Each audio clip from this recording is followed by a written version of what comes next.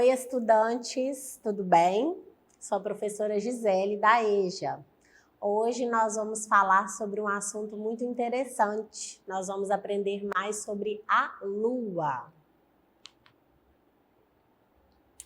Nosso único satélite natural é uma das fontes de infinita inspiração para várias histórias da humanidade.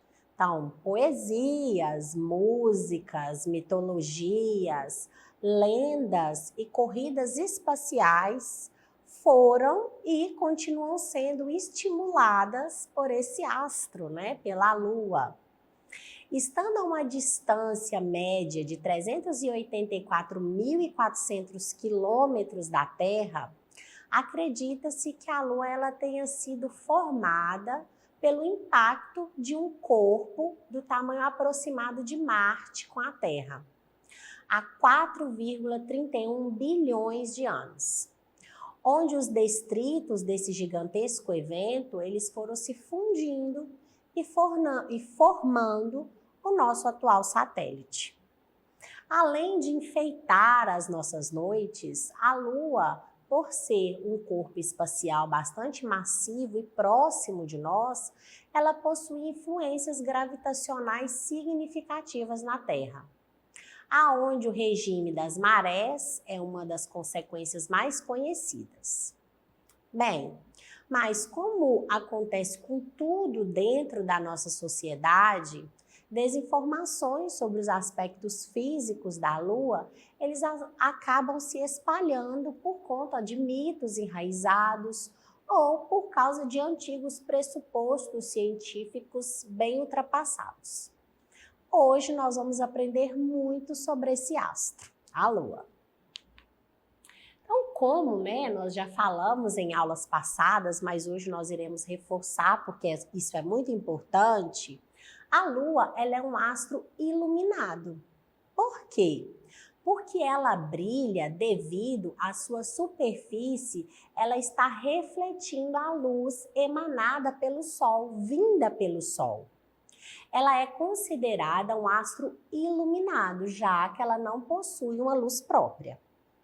Da mesma forma, nós podemos ver outros planetas do nosso sistema solar no nosso céu como se fossem estrelas brilhantes, porque eles estão refletindo aí também essa luz emanada do Sol, vinda do Sol.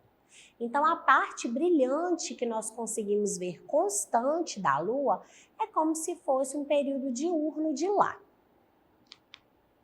Agora, nós vamos falar um pouquinho dos movimentos que a Lua faz.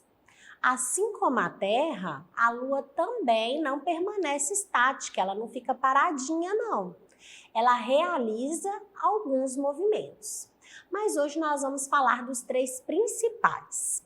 São o de rotação, que é o deslocamento em torno do seu próprio eixo, o de translação, que é o deslocamento em torno do Sol, e o de revolução, que é o deslocamento em torno da Terra. E sim, a Lua ela gira em torno do seu próprio eixo.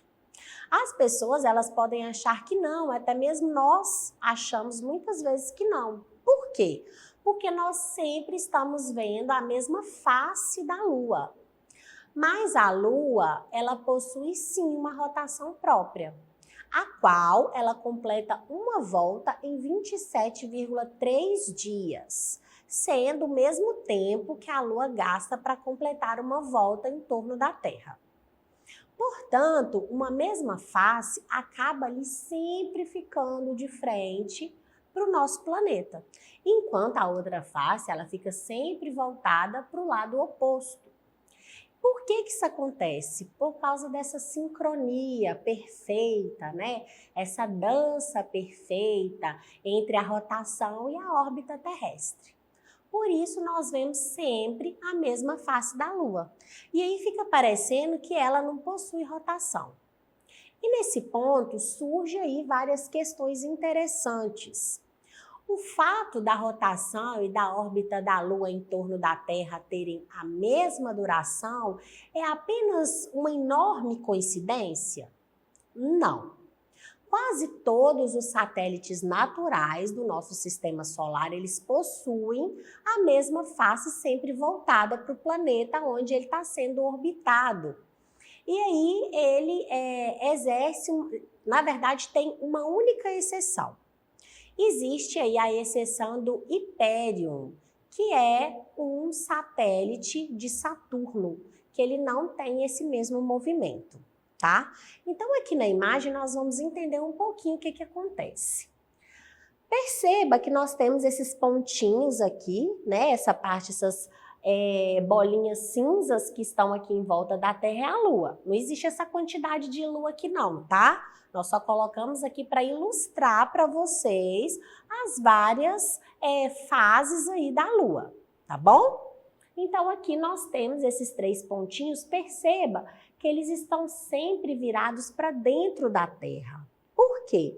Porque a Lua, ela gira em torno dela mesma, ela gira em torno da Terra, a Terra também gira em torno dela mesma e juntos eles giram em torno do Sol.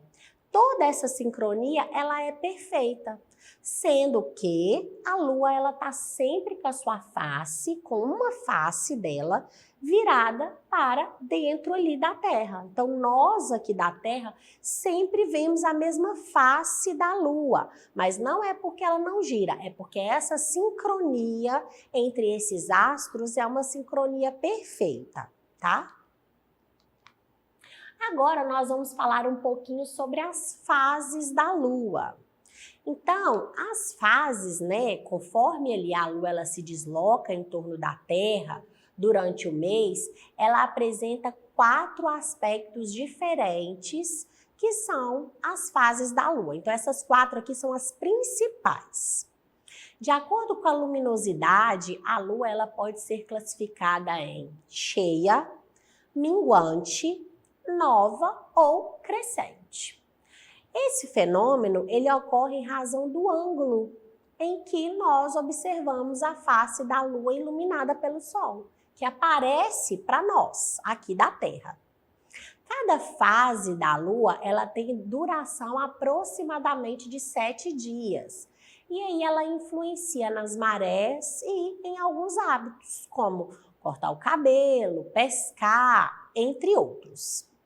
Quando nós falamos da lua cheia, ela é considerada por muitos como a fase mais bela, né? A lua ela tá cheia. E isso se dá por quê? Porque ela tá de frente para o sol, então ela tá sendo completamente iluminada pelo sol, tá bom? A parte minguante, a lua minguante, essa fase ela é marcada pela perda da luminosidade, no qual nós observamos apenas aí uma face iluminada, que forma, por exemplo, uma letra C ao contrário, né? Uma letra C ao contrário.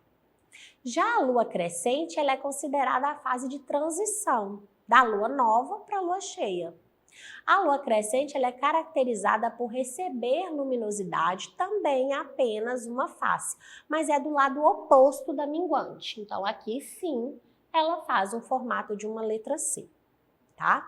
E aí nós temos a lua nova, que é marcada por pouca luminosidade. Por quê?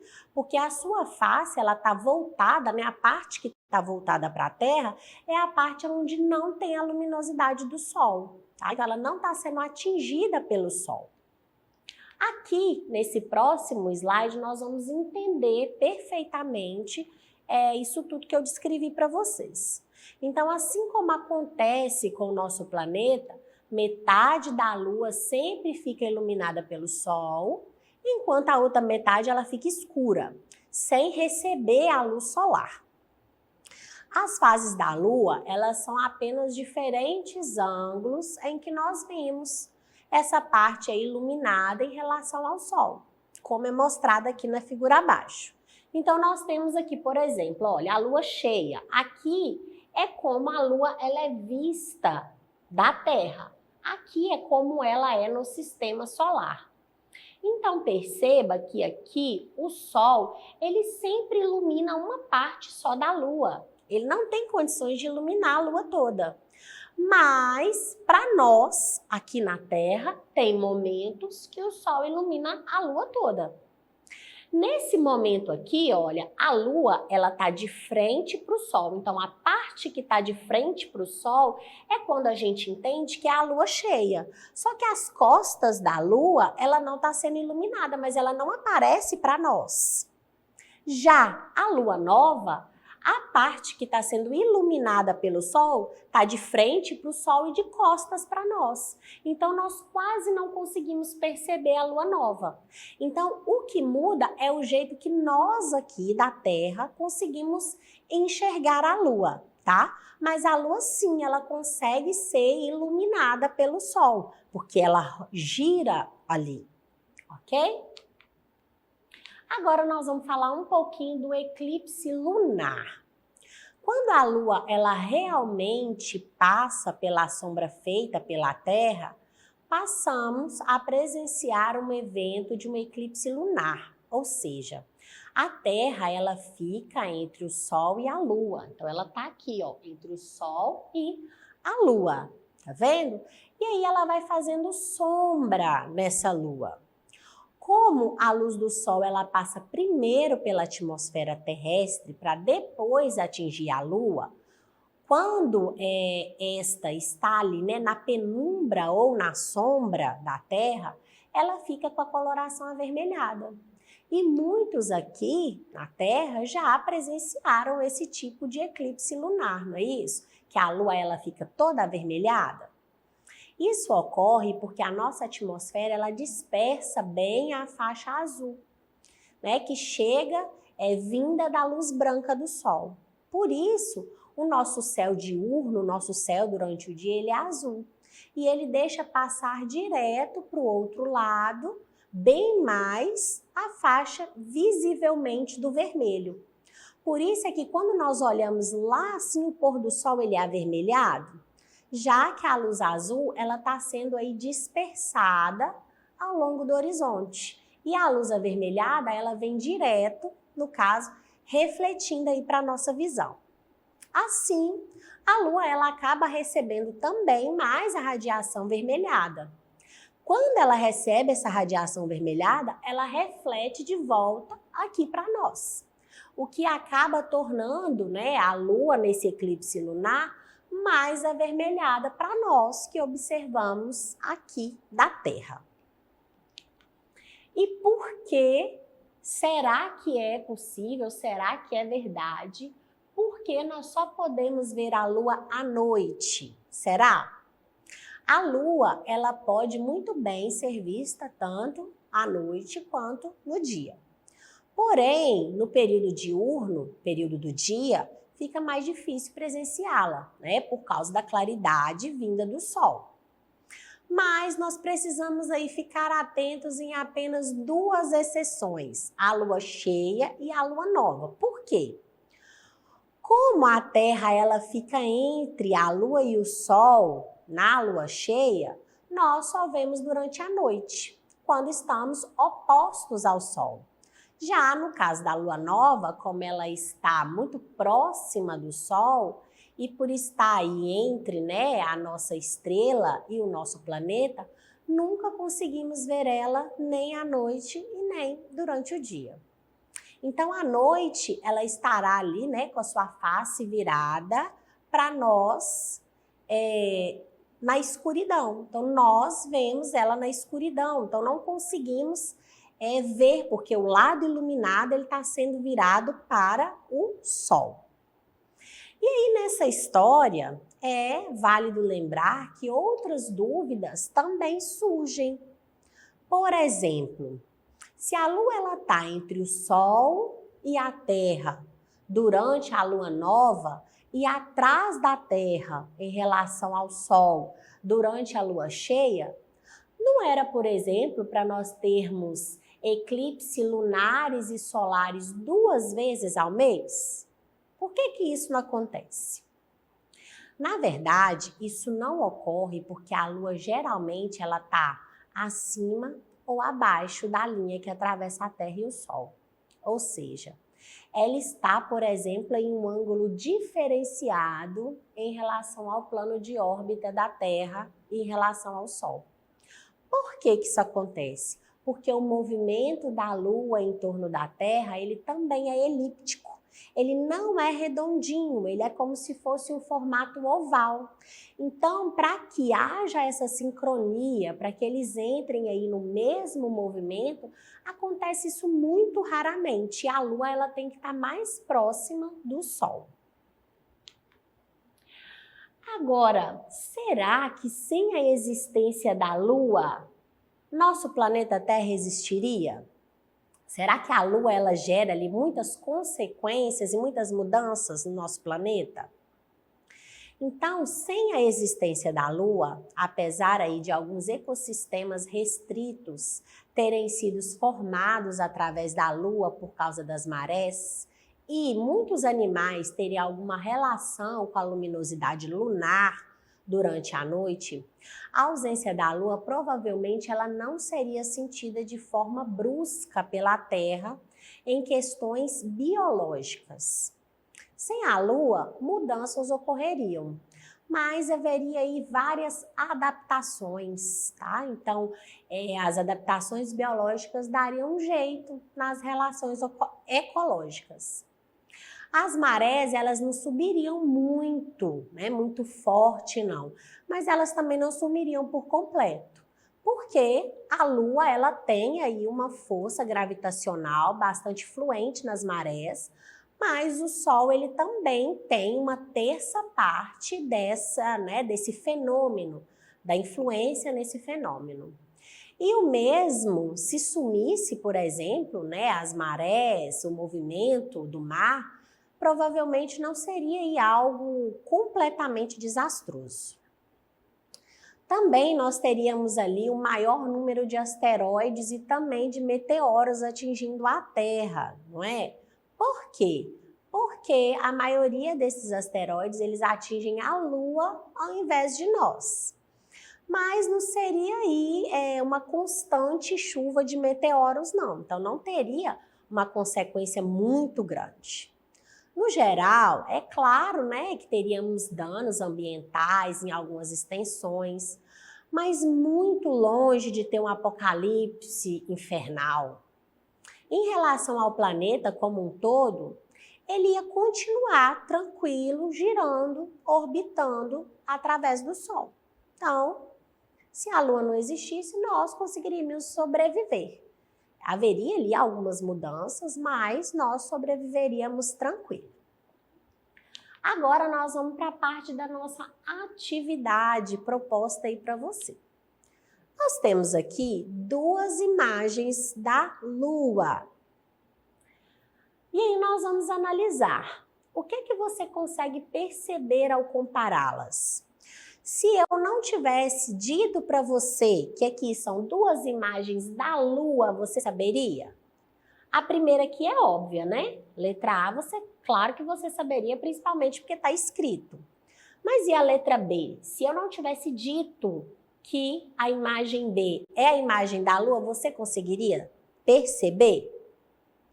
E o que aconteceu aqui? Qual que é a diferença das duas imagens? Então, olha, essa primeira imagem da letra A é o que você consegue perceber na sua casa, ou que você consegue perceber na beira do mar, porque nós podemos ver que tem aqui a água sendo refletida aqui, não é isso?